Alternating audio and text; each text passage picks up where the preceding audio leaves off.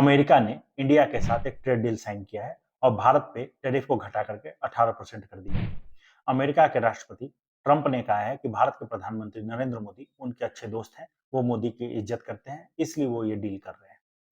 International relation में एक बहुत इंपॉर्टेंट थिंकर हुए जिनका नाम है हैंस मॉर्गेंथ्यू। मॉर्गेंथ्यू ने कहा कि नेशन स्टेट सेल्फ इंटरेस्ट से ऑपरेट करता है, इमोशन या मोरालिटी से नहीं ऑपरेट होता है।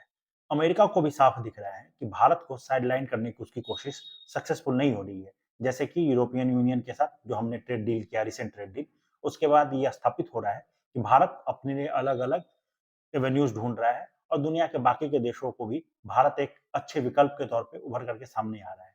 ऐसे में अमेरिका को लग रहा है कि बाकी के देश उसको साइडलाइन कर सकते हैं या उसके हित को लॉन्ग टर्म में नुकसान पहुंच सकता है। तो ऐसे में जरूरी हो जाता है कि भारत के साथ अच्छे संबंध रखे। दूसरी तरफ एक और थिंकर हुए जिनका नाम है केंथ वॉल्स। केंथ वॉल्स ने कहा है कि in anarchy security is the highest end. अब दुनिया जो कि एनार्किक है, जैसा कि बहुत सारे लोग कहते हैं, यानी कि दुनिया में जिसकी लाठी उसकी भैंस वाली बात होती है, यानी जो देश जितना मजबूत होगा उसकी स्थिति उतनी अच्छी होगी। अमेरिका को दिख रहा है कि अगर भारत को लगातार पुश करने की कोशिश की जाए तो भारत बहुत संभव है कि रसिया के साथ, चाइना के साथ या ईरान के साथ अलग संबंध स्थापित कर लेगा, जिससे कि शायद अमेरिका के लॉन्ग टर्म इंटरेस्ट को नुकसान पहुंचे। तो इसके लिए जरूरी है कि भारत को अपने पाले में रखे या भारत को खुश रखे।